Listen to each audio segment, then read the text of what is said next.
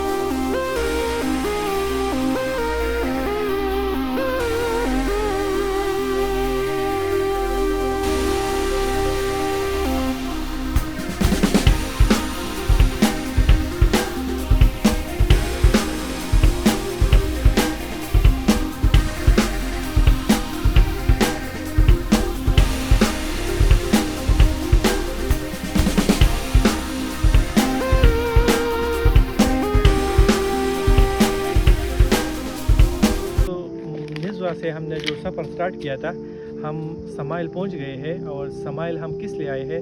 تو ہم آئے ہیں حضرت معاذ بن عزوبہ رضی اللہ عنہ کے مزار پر۔ اب ہم بتاتے چلے کہ حضرت معاذ بن عزوبہ یہ کون تھے؟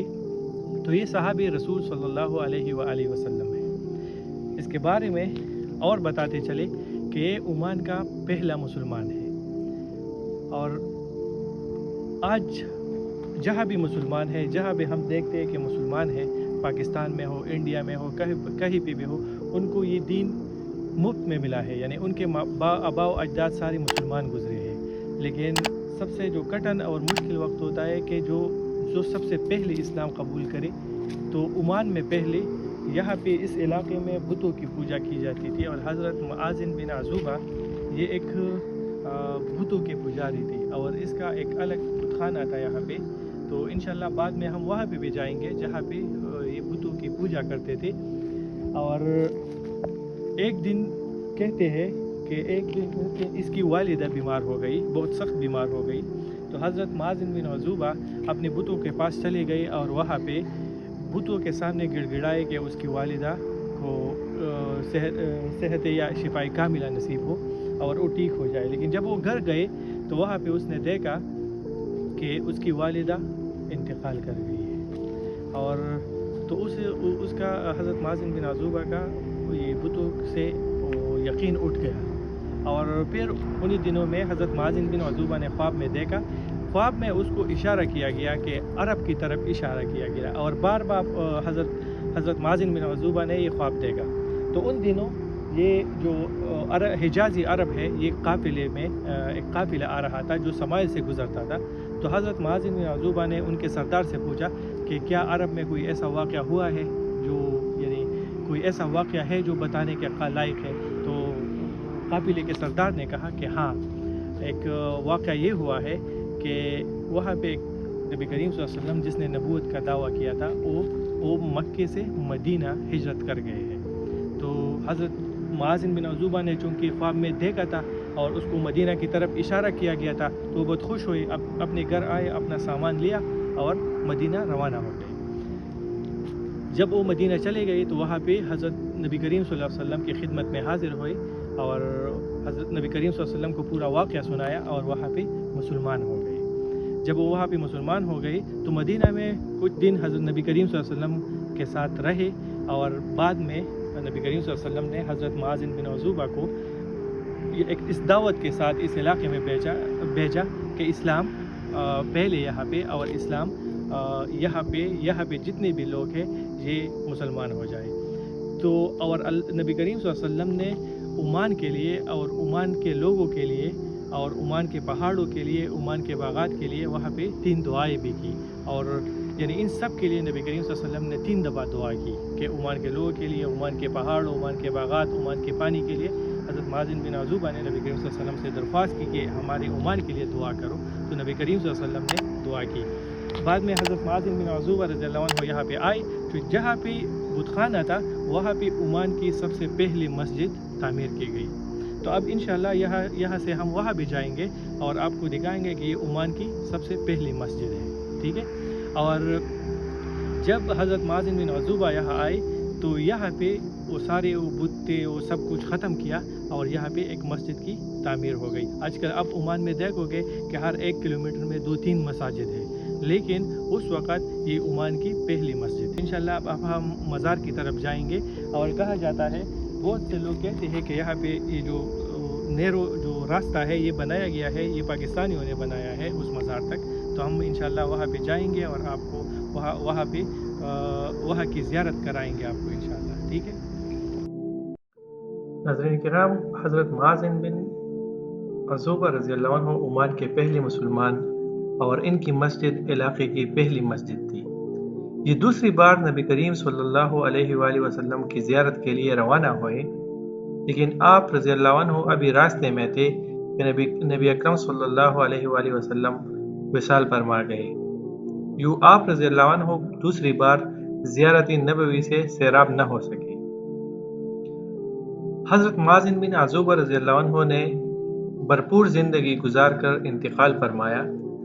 لوگوں نے آپ رضی اللہ عنہ کو کھجور کے باغ میں دفن کیا. آپ اس باغ کو دیکھ سکتے ہیں.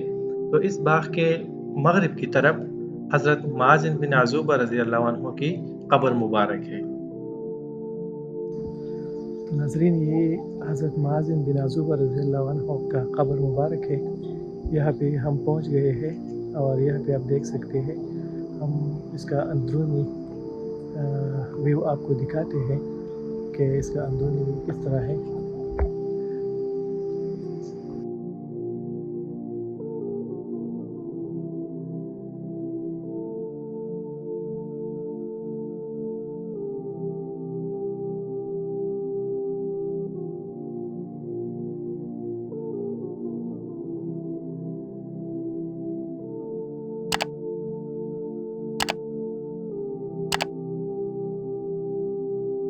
ناظرین کرام، آپ دیکھ سکتے ہیں یہاں پہ یہ وہ مسجد ہے.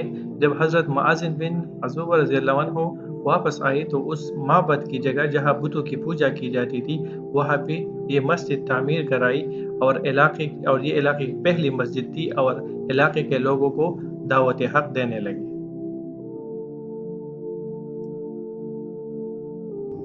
یہاں پہ آپ مسجد کے بارے میں ڈیٹیل سے آپ دیکھ سکتے ہیں اس میں کہ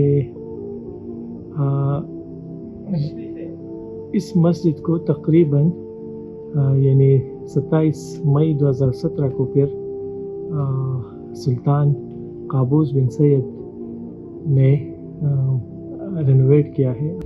یہ عمان کی پہلی مسجد ہے اور اس اسٹرکچر میں اس کو رینوویٹ کیا گیا ہے جو پہلے زمانے سے تھا. یہ جو آپ کو یہ کھنڈر سا دکھائی دے رہا ہے تو کچھ لوگوں کا خیال ہے کہ یہ حضرت معاذ بن عزوبہ رضی اللہ عنہ کا گھر تھا، اور کچھ لوگوں کی رائے ہے کہ یہ گھر نہیں تھا، یہ ایک عمانی کا گھر تھا. لیکن حضرت معاذ بن عزوبہ رضی اللہ عنہ یہاں پہ ریسٹ کرنے کے لیے یا کھانا پینے کے لیے یہاں پہ جاتے تھے. وہ اکثر دوسرے عمانیوں کے گھر جاتے تھے. وہ کچھ لوگوں کا خیال ہے، کچھ عمانیز کا یہ خیال ہے کہ وہ بیسیکلی یہاں سے نہیں تھے، وہ مسقط سے تھے. لیکن جب یہاں آئے، یہاں اسلام پھیلا تو یہاں پہ لوگ مسلمان ہوئے، تو یہاں پہ پھر اس کی یعنی اس نے تبلیغ کا کام اس ایریا میں کیا ہے. تو یہاں پہ پھر اس کی وہ فوت ہو گئے اور اس کو جو ہم نے ابھی آپ کو دکھایا تھا وہاں پہ کھجوروں کے باغ میں اس کو دفن کر دیا گیا. تو ناظرین، یہ ایک آپ دیکھ سکتے ہیں اس کو